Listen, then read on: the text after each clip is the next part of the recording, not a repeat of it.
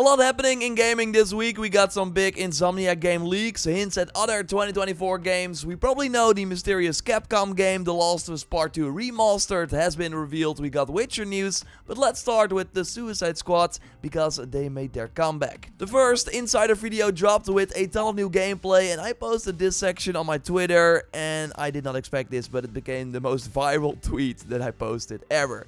Currently sitting at 12 million views with a ton of likes and retweets. For one, showing that there's a ton of interest in this game, and yes, I really thought this part where the Suicide Squad first enters Metropolis looks pretty sick. It is an open area we can explore while going to a new mission. And people were immediately like, oh, you really see that Rocksteady wanted to make a Superman game but was then forced to do a Suicide Squad title, with then someone named Neil Goodman saying that it's so funny that you're playing in the ruins of their Superman game. I can't confirm it, but multiple of my homies in the industry have told me that they were like midway through the production on the Superman game. But this was short-lived because Jason Schreier shortly after that said zero truth to this one. Rocksteady was never working on a Superman game, also saying that they never pitched a Superman game, which was also a rumor for some time. I never thought that me sharing this short clip would give it some pretty big news, but here we are. And again, I mean what I said. I think the open world exploration and the overall skill of the city and how fluid the movement is, it's pretty impressive. I actually enjoyed some of the new combat they showed too, combining the ranged attacks with your melee hits. Especially the Harley gameplay gave me some Sunset Overdrive vibes, one of my favorite games. So, yeah, it looks great. But, and this is not surprising, it's still the same game that they showed us earlier in the year, just way more polished from the looks of it. So yeah, the main differences between the characters still only seems to be the traversal and the melee attacks, while the core focus is mostly on a selection of guns that each character can use. They once again noted that you can play in co-op or solo, and when you are solo, the other characters will be controlled by the AI. But really my biggest issue wasn't the gameplay. Again, I think it looks pretty fun. It's more the cutscenes and the dialogue. I just feel that either the 4 lead Suicide Squad characters they picked are not that exciting, or that Rocksteady just doesn't make them very interesting. With bad humor, there's not a lot of character going on, the dynamic is not that great. Maybe it changes over the course of the game. I just wasn't feeling the interactions that we saw at all. So I'm curious to hear your thoughts. There will be more of these insider videos. I will keep you posted here. And yes, it's still a live service game with planned free DLC. And as we discussed in last week's news roundup video, Warner Bros. Is focused on transforming its biggest franchises into service games. So then for a moment, it seemed that the upcoming Wonder Woman game from the Shadow of War developers would be a live service too. But luckily Warner Bros. Denied it and gave us some interesting info. Wonder Woman is a single-player action-adventure game set in a dynamic open world. This third-person experience will allow players to become Diana and introduce an original story set in the DC universe, while also featuring the Nemesis system. Wonder Woman is not being designed as a live service. This all sounds like great news. It's of course made by Monolith Productions, the team behind Shadow of War. That game came out in 2017. I really hope we get a proper look at Wonder Woman at the Game Awards on December 7th, with hopefully a 2024 release. It feels like it's time. It was announced at the Game Awards as well, so I can see it happen. Let me know your hype level in the comments down below. Moving on to that mysterious Capcom game, remember we discussed the fact that they would still have a major unannounced title planned for before the end of March 2024. Well, turns out that that was a mistranslation from their Japanese investor call. They instead said that it was an undisclosed title, not unannounced, and that it would release by the end of their financial year, ending March 2024. So yeah, that changes things, and as expected, it now seems to be Dragon's Dogma 2. The game got rated and also listed a release date for March 22nd, 2024.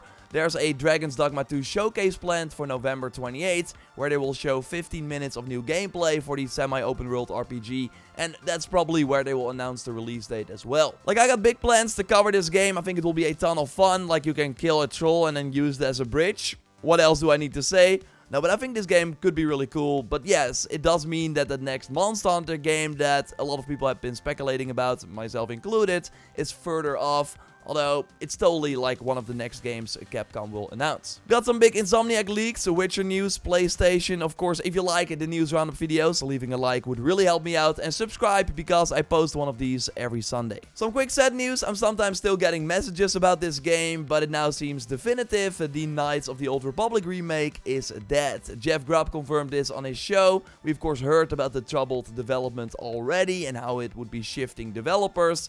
But now I just want to clear it up, says Jeff.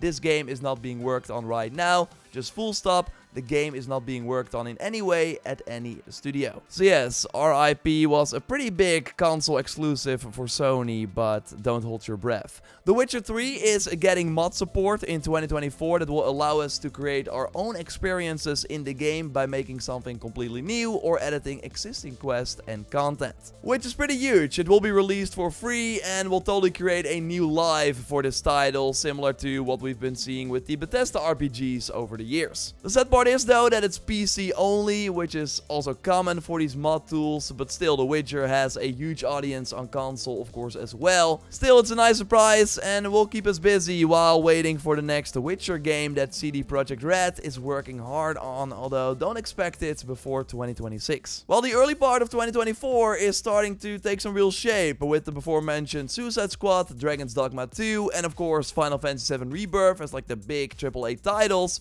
But the rest of the year is still relatively unknown. I talked about a new Dragon Age game before. This week we once again got an indication that they are indeed aiming for a 2024 release, thanks to a developer who put the date on their LinkedIn profile. Death Stranding 2 and Rise of the Ronin also seem to be planned for 2024, with Shinobi 602 on Reset Era, who has his sources, saying that there's other stuff in terms of the big single player game releases as well. Whether they will make it or not is another question, of course, lol. Probably talking about Wolverine here, as also a concept artist leaked the release date, this time on an ArtStation page. Like, we had rumors before that the game could release as early as fall 2024, but that being the internal date, of course, doesn't mean that it will actually happen. Like, this game is made by the team that did Miles Morales, so they started in early 2021, 3.5, almost like 4 years for kind of a new IP. It seems very ambitious. Although it is Insomniac, so I also would not rule it out, but I personally think it's coming in 2025. I'm not sure if you know, but Insomniac is also doing a AAA multiplayer game, and it could totally be something Marvel related as well, like having a Spider-Man co-op game could of course be pretty insane. They were looking for people to work on this multiplayer title in June 2021, so it will likely be a very long time before we actually see it. Now going back to the ArtStation page, that was now by the way removed, but luckily we got the screenshots, because here we also see unannounced project game Ben Studio for 2025. So that's the new title from the Days Gone creators. This will be a new IP with open world systems from Days Gone and multiplayer as well, and Days Gone of course released in 2019, so I can totally see their next game in 2025. I hope they announce it next year already. I'm just really curious what it will look like. And we actually got a new title for early 2024, The Last of Us Part 2 Remastered. Yes, it's really coming, January 19th, 2024 already. And the best part is, there's a $10 upgrade if you already own the PS4 version. And I will totally be using that, not for the upgraded visuals, like The Last of Us Part 2 on PS4 still to this day is one of the most impressive games ever. And the footage we've seen like in the trailer, I don't really see the difference, but we do know now that it will run in native 4K in the fidelity mode, or 1440p upscaled with, of course, 60 FPS in the performance mode. And if you have a TV that supports it, you can unlock the frame rate as well. Now, the extra additions are far more interesting, like guitar free play with Joel, new outfits for Ellie and Abby. We got 2 shots of lost levels, which are sequences that were cut from the game, but that we can now explore as like early development sections, and there will be director commentary as well, which sounds pretty cool. But the highlight is totally a new roguelike survival mode, where we can play different characters that come with their own traits, and then have to complete a run against multiple encounters. We can go stealth or just full on like combat. There's a daily leaderboard as well. I love The Last of Us Part 2 gameplay, one of the best feeling games ever in my opinion, so having a new way to play sounds great. And I think this will already be worth the $10 for me. So again, January 19th, a nice start of the year.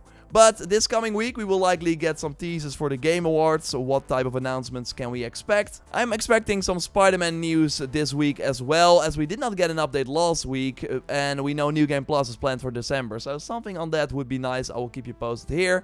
Feels kind of like the quietness before the storm with, of course, Thanksgiving. So already, I hope you have an amazing Thanksgiving.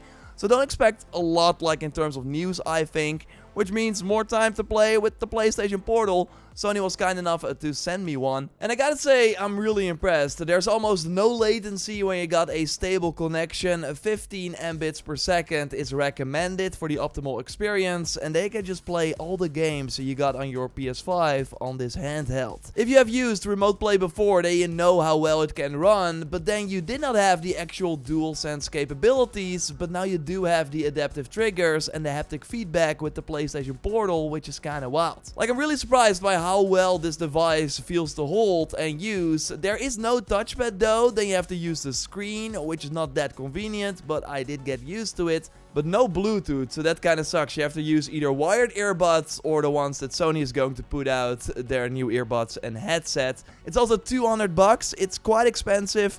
But I know I'll be using it a lot. I like to play my games in the bathtub, as you saw maybe on Instagram and Twitter. Don't try it at home though. And if you're maybe competing on for the television, then yeah, this is kind of a nice way to play some games. I think in particular it's great to do like some open world sort of side content. I'm probably not gonna do like the main cinematic story moments of these big games on this device, but like to get some spider bots or cauldron, pretty nice, I gotta say. I'm pretty impressed. Thanks Sony again for sending me one. And that's the Sunday video. Thanks for watching as always. Subscribe. Next week we will have a new news roundup video. A like on the video would be awesome. And check out last week's Sunday video by clicking on the screen. I'll speak to you soon. Goodbye.